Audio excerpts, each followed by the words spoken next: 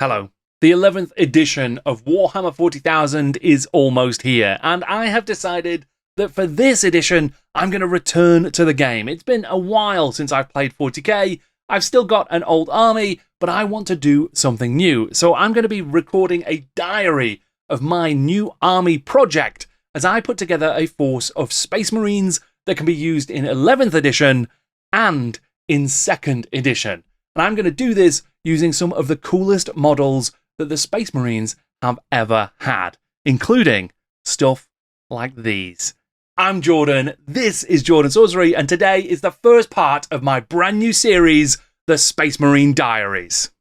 Okay, so this is going to be a complete diary of the entire project. I'm really eager to revisit 40k. It's been a few editions since I've played it. It's been a few editions since I've really read that much about it. I read a lot about the classic game, don't get me wrong, but the newer editions, I keep a broad view from afar, but I don't really follow all of the developments, certainly not when it comes to rules, and I'm not that up on all of the latest lore as well. So I am going to be revisiting the world, the setting, and the rules for 11th edition 40k, and I'm going to make sure that I play some games as well. Which means I'm going to need a complete army, and I have decided that I'm going to do a Space Marines force. That's because I've had times in my life when I've really loved the Space Marines. I've thought that they were super cool, and I've had times when I felt that they were oversaturated, where there's been just too much Space Marine stuff, and I haven't really enjoyed them quite as much. But I can't deny that they are pretty cool, and there are some really amazing models from the history of the Space Marine range. I've taken a look at the latest Space Marines, the ones that you get in the 11th edition Armageddon starter box, and whilst I do think that there are some amazing sculpts in there, they just don't speak to me in the way that I would like. I'm not really a big fan of Primaris. I understand why they exist, I understand what they do in the lore and in the product range, but for me, the best Space Marines are classic Firstborn Space Marines, which means that I really want to get a classic look to this army. I want it to be old school miniatures, so I'm going to be going retro down in Acapulco. So in order to make this into a comprehensive army building project, I'm going to be doing a couple of things. One is I'm going to be making diaries like this, where I talk about each step of collecting up a force, building an army, modeling and painting, and of course, designing my own chapter. And I will also be making a dedicated history video to go alongside each squad that I add to my army. So where do we start? Well, I mentioned that I'm going to be building my own chapter, so I guess let's start with that. Why am I not just using one of the existing chapters, one of the classics? Of course, there are a number that have been really exciting over the years and that I think are really cool. I'm actually quite partial to Ultramarines. I think that their history, going right the way back to the early Index Astartes, all of that sort of stuff, back when they were Ultramarines like Spider-Man, I think that that's really cool stuff, and I think that they've got some great lore, and I'll be honest, as a bad painter, just being able to do them relatively simple with just a few colours is actually quite appealing. So Ultramarines were very high on my list, but I'm not certain that I want to go in that direction. I really like the idea that you can bring together your own lore, that you can create your own story, and I think that will be especially relevant because I'm going to be making an army of Firstborn Marines. So I want a bit of story that explains why this old school army has turned up in the current setting. Why are they running around in 11th edition? Why are they getting involved in current battles right now when they all look like they're octogenarian Space Marines who are way past service retirement? I think that there will be a fun story to tell there. I did actually go back and take a look at the Index Astartes articles in the early White Dwarfs. In issue 101, there is a breakdown of the Badab War, and there are some uniforms and colour schemes for different Space Marine chapters who were involved in that conflict. I really liked looking at this kind of stuff. It's very inspirational, and there are some cool designs that I thought, well, maybe I could use those as well.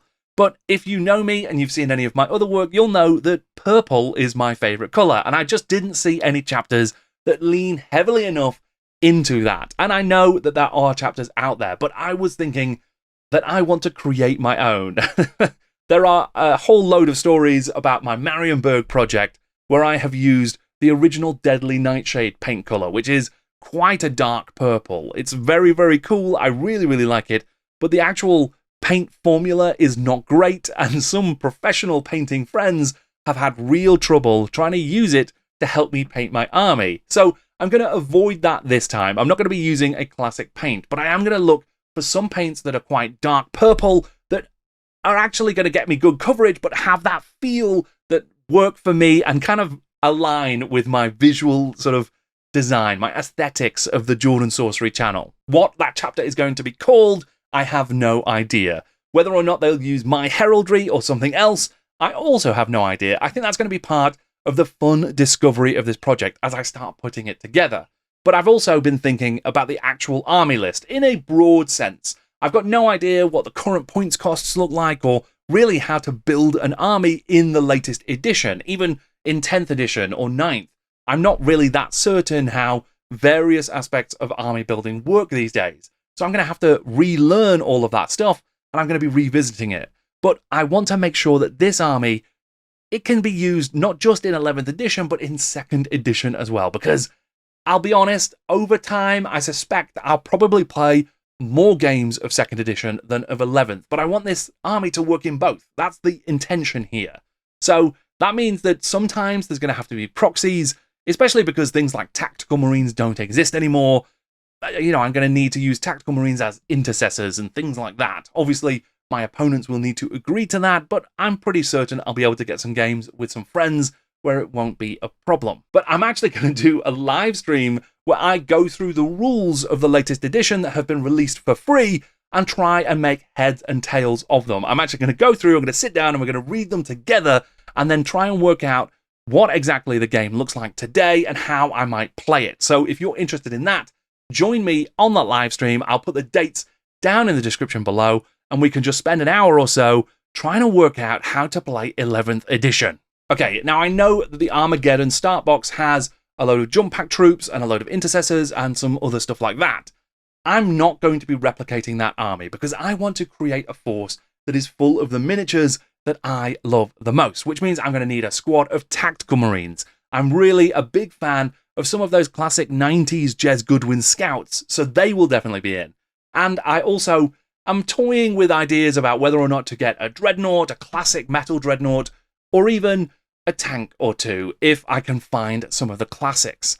But the first thing that I bought, I had to get hold of this, and I am absolutely in love with it. It is the classic Terminator squad. This one, because this is an absolutely incredible box full of 8 Space Marine Terminators as sculpted by Jez Goodwin in 1989. This is the RTB09 Terminator Squad box set. It has a cover by the incredible and much missed John Blanche, and it is just really fantastic. You get 8 Marines in here, including a captain, including a librarian. It is really fantastic. These sculpts are absolutely sensational, and they still look amazing to this day. This was the first thing I had to get as soon as I decided that I was going to be collecting Space Marines. And because I am making these history videos as well, this is going to be the basis of my first one. I'm going to be looking at the development of the Terminators and the release of this box in the context of the 1980s development of Rogue Trader and 40k. It won't be a long video, but it should be a fun and informative one. And that's coming out next week on the channel. This whole thing is going to play out here on the channel over the course of the summer. I'm going to be diarizing each of the different parts of the process. I'm going to actually be painting some miniatures here on the channel as well. I'm going to follow some of the best guides from folks like Duncan Rhodes and Peachy and Miniature Realms, and I'm going to try and actually create this chapter and paint up these miniatures so that I've got a full force ready to go of about 1,000 points by the end of summer, and I'm going to play my first games of 11th edition. And then I'm going to play a lot of games of 2nd edition as well. And don't worry, I'm not going to become completely obsessed with Space Marines or with 11th edition 40k. I'm still going to be making plenty of history videos over the next couple of months, but these diaries and these histories of Space Marine squads are going to be peppered out week by week, not every single week, but over the course of the summer. So for the next couple of months, you're going to be seeing a few videos that follow this journey and follow this history as well. Hopefully that sounds like an interesting project, and hopefully I'm able to live up to it. It's only 1,000 points, which isn't that many Space Marines, so I think that it is going to be possible for me to do this, and I've already started dusting off my painting skills. I did a paint and take at UK Games Expo where I painted an Ultramarine, which, may have got me back in the mood for painting Ultramarines. In order to fund this project and to build an army of amazing stuff like this, I'm actually going through my collection right now and looking at stuff that I just don't think I need anymore. Projects that I don't think I'm going to finish, things that never came to fruition, or that I just don't get joy from anymore. That stuff is going to be listed on eBay, so you can go and check it out and see if you want to pick anything up that I'm getting rid of, and that will enormously help me continue with this project and able to do this in the best possible way. So I've put a link in the description to my eBay profile, and that will be updated over the course of the summer as I work through my collection and move on stuff that just doesn't feel like it's right for me anymore. So there you go, that was the first part of my Space Marine Diaries.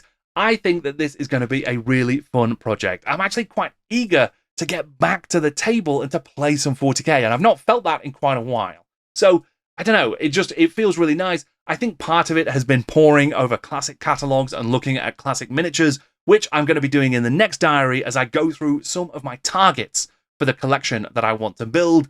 We're going to talk about the coolest Space Marine models that have ever been made, and I think that there's going to be some fun stuff there. I'm not looking forward to the painting part, but I'm going to choose some very easy schemes and take it easy on myself. Doesn't need to be too much detail, so I think it should be relatively harmless. Maybe, for me at least, you guys are going to have to watch me paint, so that's probably not going to be harmless at all. Why not tell me down in the comments what army you're building for 11th edition, or which projects you're continuing with over the summer, because I'd love to hear about them, and I think that this is going to be a really exciting summer of hobby. Before I go, I just wanted to say a couple of words about the tragic passing of John Blanche. For roughly 40 years, Blanche was the art director at Games Workshop, and his art and leadership of the art team helped to define the look and the feel of Warhammer Fantasy, Warhammer 40,000, Age of Sigmar, and so much more stuff from Games Workshop. He has been an enormous influence on the worlds, the games, and how the entire hobby has developed during that time. I think it would be very difficult to overstate just how important he has been to the creation of these games that we love. Sometimes it can be a little bit too easy to reduce the incredible work that John Blanche created to just grimdark. And whilst that is an important part of his legacy, there is so much more to it as well. He was a very colourful artist, and his amazing work just comes in all hues and shades. When the time is right, I intend to explore some of that work, some of that incredible contribution to just all of Warhammer. But for now, I offer my condolences to his family, to his friends, and to his fans. Thank you very much for watching. I'm Jordan, and this is Jordan Sorcery.